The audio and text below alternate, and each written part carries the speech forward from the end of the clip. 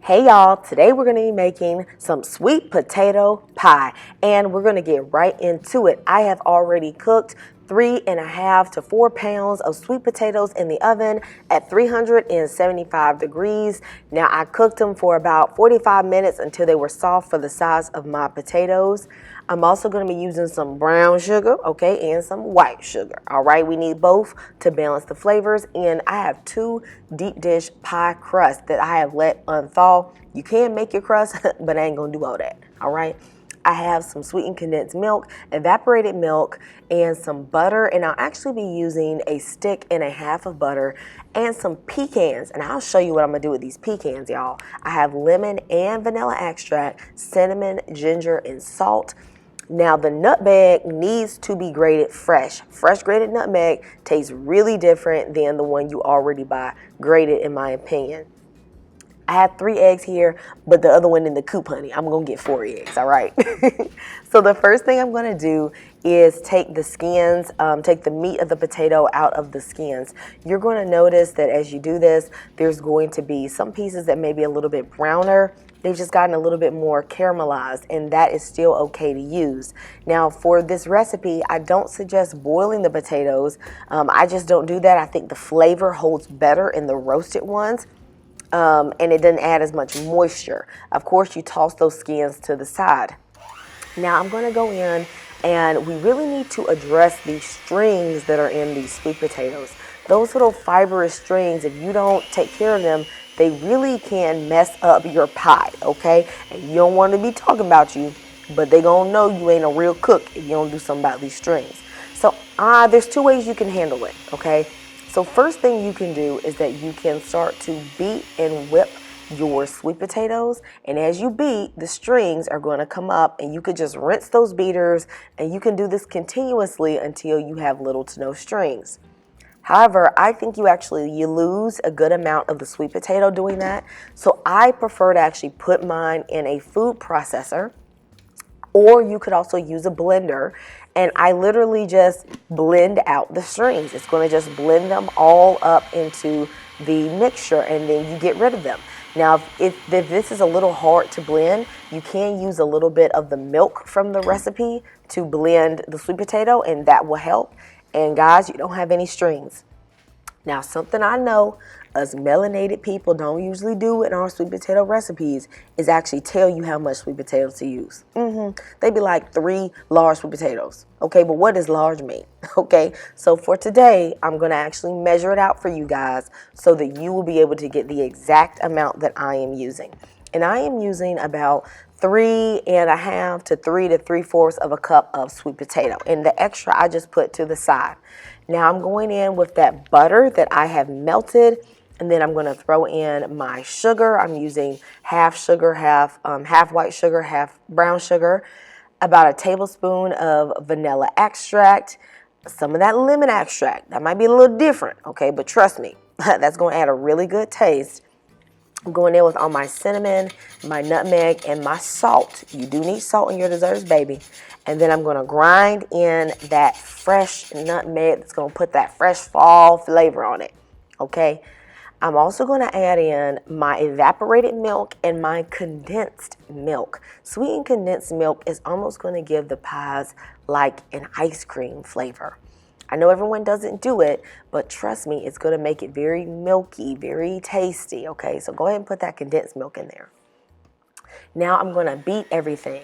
Now you may have noticed that I did not add in the eggs yet, right?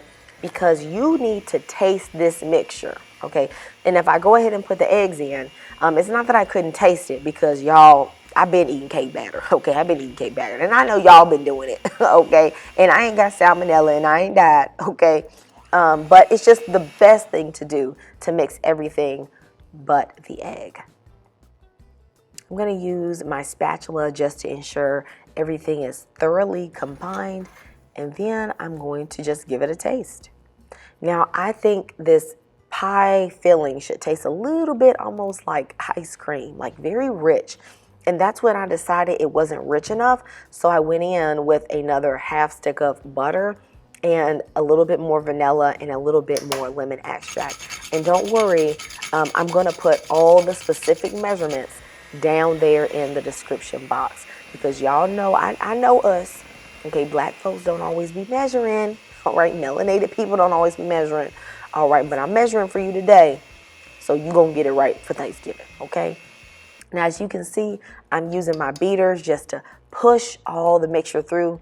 And now I'm going to add my eggs. Okay, at this point, I felt the mixture was totally good. And I'm going to crack in 4 eggs. Since this is making 2 pies, I'm putting in 2 eggs per pie. Let me know in the comments, guys, what is your favorite dessert at Thanksgiving? Is it sweet potato pie? Is it pound cake? What is it? Is it pumpkin pie? Okay, do I have pumpkin pie eaters in the comment section? Okay, let me know.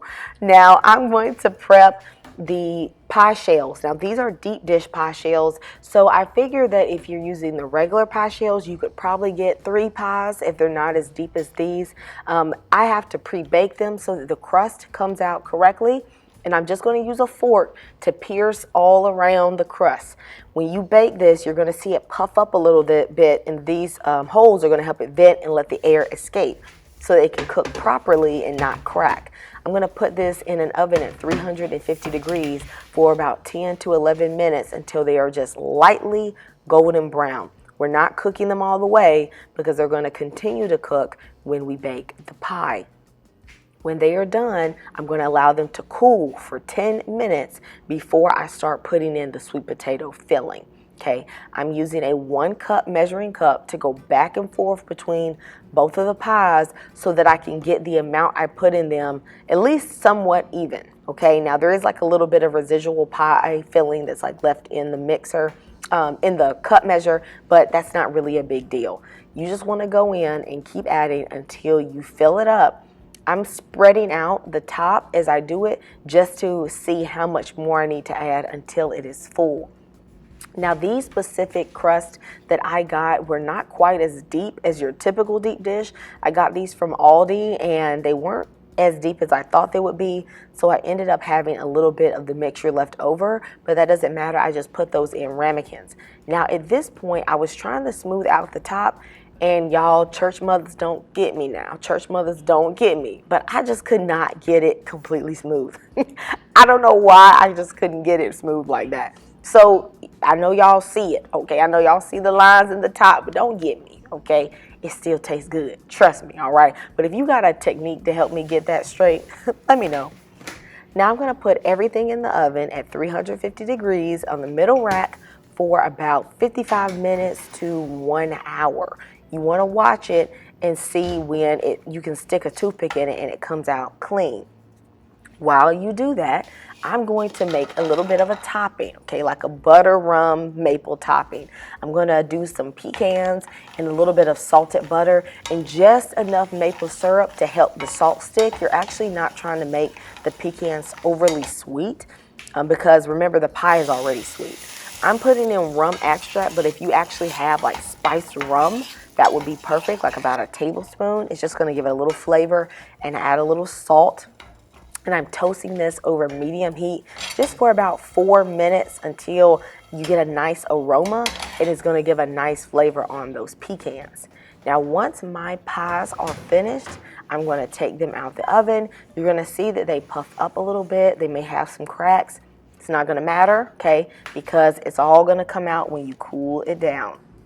These are my lovely pies. I'm going to allow them to cool for about 2 hours before you cut them. Okay, if you cut it before it is completely cooled, your pie will be runny.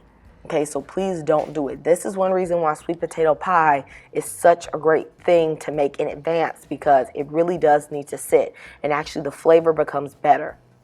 On one of my pies, I'm just going to take those pecans and make a little topping, but I leave it off the other one for anyone who has nut allergies. You know, I want to give them options so they don't have to eat the pecans. But y'all, those pecans were really, really delicious. If you don't have a nut allergy, trust me, you want to do it. You can even chop them up and just sprinkle them all over the top of the pie. This sweet potato pie was creamy. It was sweet. It had a nice cinnamon flavor. It wasn't overpowering. It was the best sweet potato pie I have ever had, hands down. Guys, please let me know if you make this, and God bless you during this holiday season. I'll see you next time in Camirra's Kitchen. Goodbye.